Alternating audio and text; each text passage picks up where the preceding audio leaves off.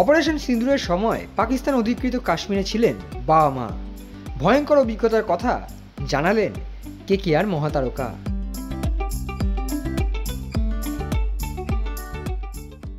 Kolkata night রাইডার্সের তারকা allrounder Moin Ali প্রকাশ্যে এনেছেন তার পরিবারের চরম উদ্বেগের এক মুহূর্তের কথা, যখন ভারতের সশস্ত্র বাহিনী অপারেশন সিঁদুরের মাধ্যমে পহেলগাঁও সন্ত্রাসী হামলার জবাব দিয়েছিল।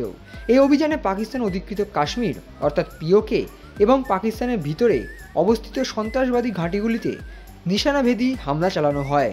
এর জেরে ভারত পাকিস্তান সংঘাত চরমে পৌঁছায় এবং 2025 IPL মাঝ মরশুমেই স্থগিত হয়ে যায়।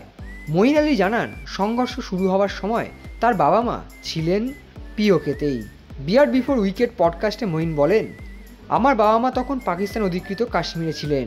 যেখান থেকে স্ট্রাইক হয়েছিল সেখান থেকে হয়তো ঘণ্টাখানেক দূরত্বে বা হয়তো আর একটু বেশি। পুরো ব্যাপারটা চিন্তার বিষয় ছিল। এর সঙ্গে তিনি বলেছেন, তারা সেদিন ফিরলেন, সেদিনই একমাত্র ফ্লাইট ছিল।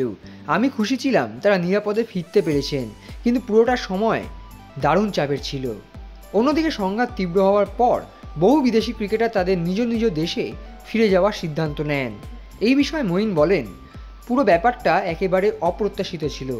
আগে কাশ্মীরে ওই হামলাটা হয়েছিল, তারপর খুব দ্রুত সব কিছুই ঘটে গেল। এমন একটা সময় এলো যখন মনে হচ্ছিল আমরা যেন যুদ্ধের মাঝখানে পড়ে গিয়েছি। যদিও আমরা কোনো মিসাইল বা এরকম কিছু শুনিনি, তবু হঠাৎ করেই আমাদের ভাবতে হলো কিভাবে এখান থেকে বেরোবো, পরিবার ঠিক আছে কিনা। বাড়িতে লোকজন চিন্তায় ছিলেন, তাদেরও আশ্বস্ত করতে হয়েছিল। মঈন আরও বলেছেন, অনেকেই তখন দ্বিধায় ছিলেন। কেউ বলছিলেন যুদ্ধ হবে না, সব ঠিক হয়ে যাবে।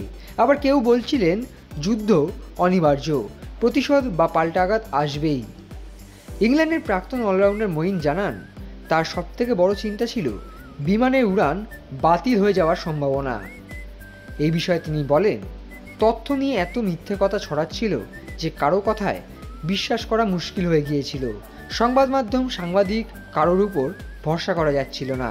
কী ঘটছে কিছুই স্পষ্ট ছিল না।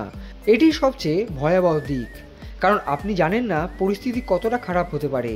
আমাদের সবচেয়ে বড় ভয় ছিল যদি সব ফ্লাইট বাতিল হয়ে যায় তাহলে বেরোনো যাবে না। কিন্তু এর থেকেও কঠিন অবস্থা ছিল ভারতীয় বা পাকিস্তানি স্থানীয় খেলোয়াড়দের জন্য। তারা তো একেবারে বন্দী হয়ে পড়েছিলেন, জানতেন না কি হতে চলেছে।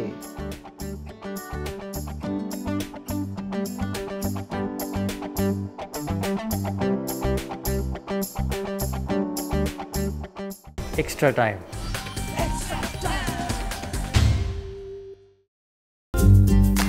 লেটেস্ট নিউজ আর এক্সক্লুসিভ ভিডিওর সঙ্গে আপডেট থাকতে এখনই সাবস্ক্রাইব করুন আমাদের ইউটিউব চ্যানেল। বেল আইকনে ক্লিক করতে ভুলবেন না যেন।